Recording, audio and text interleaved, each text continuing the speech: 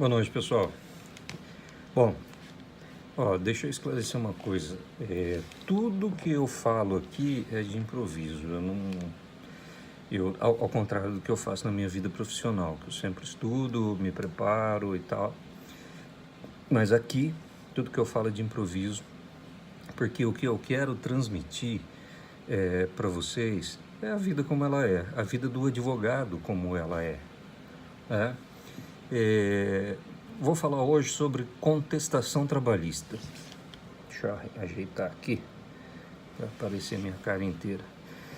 Eu vou falar sobre contestação trabalhista. Bom, desde que eu comecei a advogar, há 25 anos atrás, eu me deparo com algumas situações com as quais eu não concordo. Quais são? Contestações com 80 laudas, 100 laudas, 120 laudas. E aí você, na Justiça do Trabalho, você tem prazo para se manifestar sobre preliminares, você tem prazo para se manifestar sobre documentos, mas sobre a defesa em si, você não precisa se manifestar. Mas é claro que, por uma questão de cuidado, você lê a defesa. E você percebe que uma contestação de 80 páginas, ela é só encheção de linguiça, para usar uma linguagem assim, bem coloquial. Jurisprudências, doutrina, como se o juiz não soubesse nada disso. Não tem necessidade. Quando você faz uma contestação, o que você quer? Você quer que o juiz leia a sua contestação. Da mesma forma que eu faço petições iniciais e que eu faço contestações também, com no máximo 12 páginas, quando eu faço contestação com 20 páginas, só se a petição inicial tiver muitos pedidos, eu tiver muita coisa para contestar. Mas eu procuro resumir o máximo possível, porque eu quero o quê? Eu quero que o juiz leia. Alguns advogados civilistas, eles têm aquele cacuete de a contestação tem que ter preliminar. O que é preliminar? Preliminar é defesa indireta, defesa processual. Então você alega uma coisa julgada, você alega uma inépcia, às vezes tem inépcia, tem 3 preliminares de inépcia, de prescrição, de decadência, disso, daquilo, aquilo outro. Aí você vai lendo uma por uma, você sabe que, puxa, já tem súmula a respeito disso, não tem cabimento. Às vezes eu entro com uma ação trabalhista pedindo reconhecimento de vínculo empregatício e me vem a defesa com uma preliminar imensa de ilegitimidade de parte, dizendo que não, o reclamante não era empregado, ele era um prestador de serviços, a relação jurídica que houve entre as partes foi de natureza cível, então o reclamado é parte legítima para responder ao presente feito. Nada mais errado, e eu vejo isso em centenas de contestações. A maior parte das contestações que eu leio para fazer a minha impugnação vem com essa preliminar de legitimidade de parte, porque a empresa supostamente não seria parte legítima porque não era empregadora, nos termos do artigo 2º da CLT, ela era uma tomadora de serviço de natureza civil. Ocorre que, se eu estou entrando com uma ação pedindo vínculo empregatício, baseado na alegação de que o reclamante preenchia os requisitos do artigo 3º da CLT, isto é, que o trabalho era pessoal, era habitual, era subordinado, era oneroso, e que a reclamada ela se encaixava na definição de empregadora, isto é, ela contratou, ela assalariou, ela, assumindo os riscos do empreendimento, dirigiu a prestação de pessoal de serviço, isso é mérito. Então, na contestação, você tem que atacar o mérito. e não fazer uma preliminar de legitimidade de parte que está fadada ao insucesso. E o juiz, na Justiça do Trabalho, o juiz não julga preliminares, ele não faz o saneamento do processo, ele não julga preliminares antes de julgar o mérito.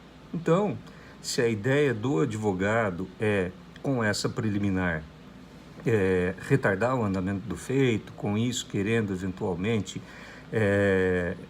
interpor um agravo de instrumento, estou fazendo besteira, né? Então, qual é a minha dica para uma boa contestação trabalhista? Conteste os fatos, um a um, de forma simples, de forma inteligível, de forma que o juiz leia. Né? Porque o que você quer? Você quer que o juiz leia a sua contestação.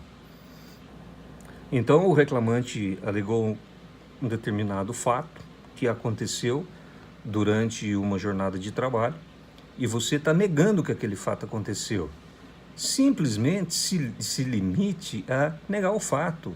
Isso é coisa que você faz em três parágrafos, não é? Ou se o fato aconteceu, mas não aconteceu da forma narrada na inicial, conte a sua versão. Mas não há necessidade de você gastar 20 páginas para fazer uma contestação a respeito daquele pedido, né? O mesmo com relação a outros pedidos, por exemplo. Você pede numa petição inicial, em que há pedido de reconhecimento de vínculo, você pede a multa do artigo 477 da CLT, que é pelo atraso no pagamento das verbas rescisórias. Existe uma divergência legítima de que, no caso de reconhecimento de vínculo empregatício apenas em juízo, a multa não seria devida, embora haja já súmula do TST estabelecendo que existe.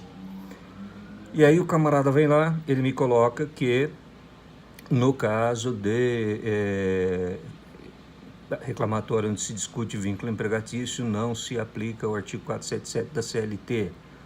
Essa é uma tese jurídica que você pode até apresentar uma jurisprudência, mas não encher a sua contestação com 10 páginas de jurisprudência, de doutrina e etc. Né? Como eu já disse num outro vídeo aqui, direito o juiz sabe, né?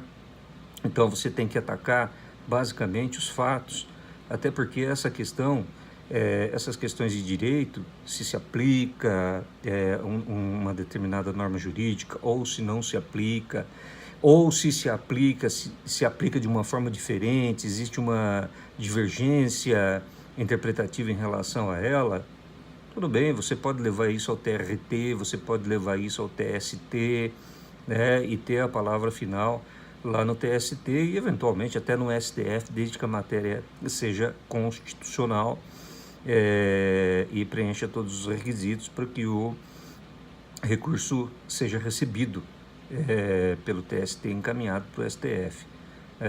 Então, defesa trabalhista é simples, é simplesmente você contestar os fatos, num caso, por exemplo, de reconhecimento de vínculo empregatício, negar o vínculo empregatício, se for o caso, né? Criando objeção à existência dos requisitos do artigo 3º e 2º da CLT e ponto final. Em poucas páginas você faz isso. Então, o conselho que eu dou aqui, em cima dos meus 25 anos de experiência na Justiça do Trabalho, faça preliminares quando essas preliminares forem atingir algum objetivo, mas não para fazer o juiz trabalhar à toa e você angariar a antipatia do juiz, sabe? O mesmo se aplica à petição inicial, né? Se você vai fazer uma petição inicial, faça uma petição inicial enxuta, né? Porque pela CLT basta uma breve exposição dos fatos de que resulte o dissídio. Então você tem que ser breve, a própria lei diz isso, né? Uma breve exposição dos fatos. Então a petição inicial tem que ser simples e a contestação, por sua vez, tem que ser simples também, não é? Você tem que se empenhar na audiência, porque é na audiência em que as coisas são realmente resolvidas, tá? Eu vou limitar os meus vídeos sempre a 10 minutos para não cansar vocês. Mas basicamente é isso, viu, gente? Procurem ser econômicos nas palavras, porque quem escreve muito é porque não tem razão.